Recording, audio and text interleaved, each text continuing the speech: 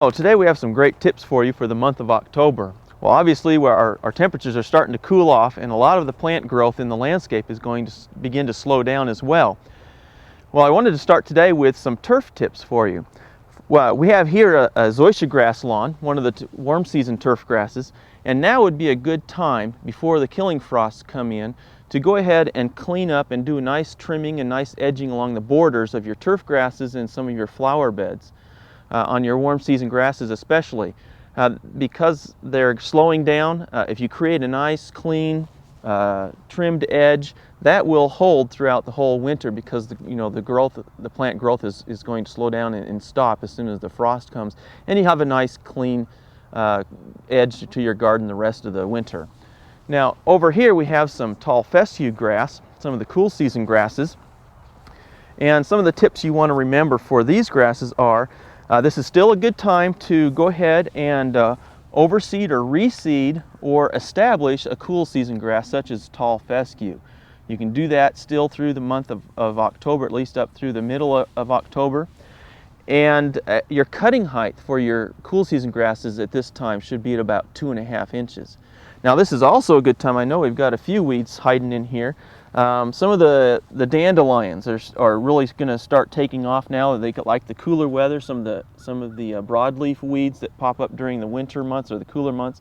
And October is a great time to control those weeds with a broadleaf type herbicide. Now, some of you may have some tender perennials growing in your garden, such as some of the cannas or tender perennials. There's also caladiums and dahlias. And now is a good time to dig those up and go ahead and store those in a cool, dry location. A good place would be, for example, your unheated garage. That's a great place to store these for the winter time, and then you can plant them again next spring after the danger of frost. Now, this is also still a good time to dig up and divide spring blooming perennials. Such as peonies and daylilies and etc. Dig those up, divide them up if they've been crowded, and go ahead and replant those. You can also plant other fall blooming types of perennials. Now is a good time to plant a lot of plants. The temperatures have cooled down, so the top growth has slowed down a little bit, but as long as the temperatures in the soil are warm, the roots will continue to grow. So you can plant fall mums and asters and things like that, and also trees and shrubs. This is a great time to go into the garden center and find plants that you want to put in your landscape. Again, fall is a great time to plant these types of plants, your trees and shrubs, because the roots will grow and they will be better established come next spring. But you also get great deals as some of the garden centers are beginning to close out some of their stock. They will offer great prices.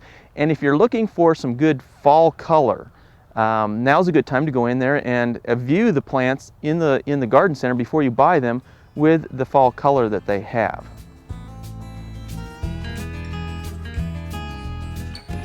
In the vegetable garden, there's plenty of things to do too. As the killing frosts come in, if you're still growing tomato plants, so you can go in and pick out or pull out some of your green tomatoes before the freezes actually come in. Take those into your house and keep them in the kitchen. Probably is a good place where temperatures are kind of warm, and they will actually continue to ripen in the home, and you will be able to have and eat some fresh tomatoes even after the weather has killed a lot of these off. Now if you want to extend your growing season a little bit, you can use cold frames. That will help protect some of your plants from those frosts. Great plants to plant or in a cold frame would be like your lettuce, maybe some spinach, and some cool season types of crops, and they will continue to grow in that cold frame and do quite well. Now also, as the frost comes in and the freezes come in and kill off all your plants in the garden, if you've had problems with diseases especially or insects, it's a good idea to go ahead and clean out the garden completely. Remove all of the debris. Don't save it, don't compost it. Go ahead and toss it, get rid of it, burn it, whatever is appropriate. Because you don't want to harbor those insects and diseases in the garden through the winter months. That's a great place for them to hide, and then you'll just have more problems again next year. So go ahead and clean up your debris and get rid of it. Now you can also, at this time, after you've cleaned out the garden, is go ahead and bring in some good compost, some organic matter. Go ahead and till it into the beds and let those decompose over the winter to help freshen up and provide some nice rich nutrients and a nice environment for the roots when you go ahead and replant next year. If you have a water garden, now is the time to begin preparing it for winter. When the water temperatures reach about 50 degrees, that is the time you want to take out your tender tropical water lilies or water plants and move those indoors. For the hardier plants, you want to move those into the deeper part of the water, and you want to stop feeding your fish. Now, if you have large trees that are nearby, and as the leaves begin to fall, you really don't want those collecting in the water garden either. So a good idea to help prevent that is to take a bird netting or some kind of a netting material and spread it out over the garden until all the leaves have fallen. Then you can remove all of those leaves and get rid of them without them collecting in the water garden. Well, these are all the tips we have for you for October. Please come back and see us again next month. We hope you enjoyed this video. It's part of our OK Gardening Classics YouTube channel. You can also find more recent videos on our Oklahoma Gardening YouTube channel.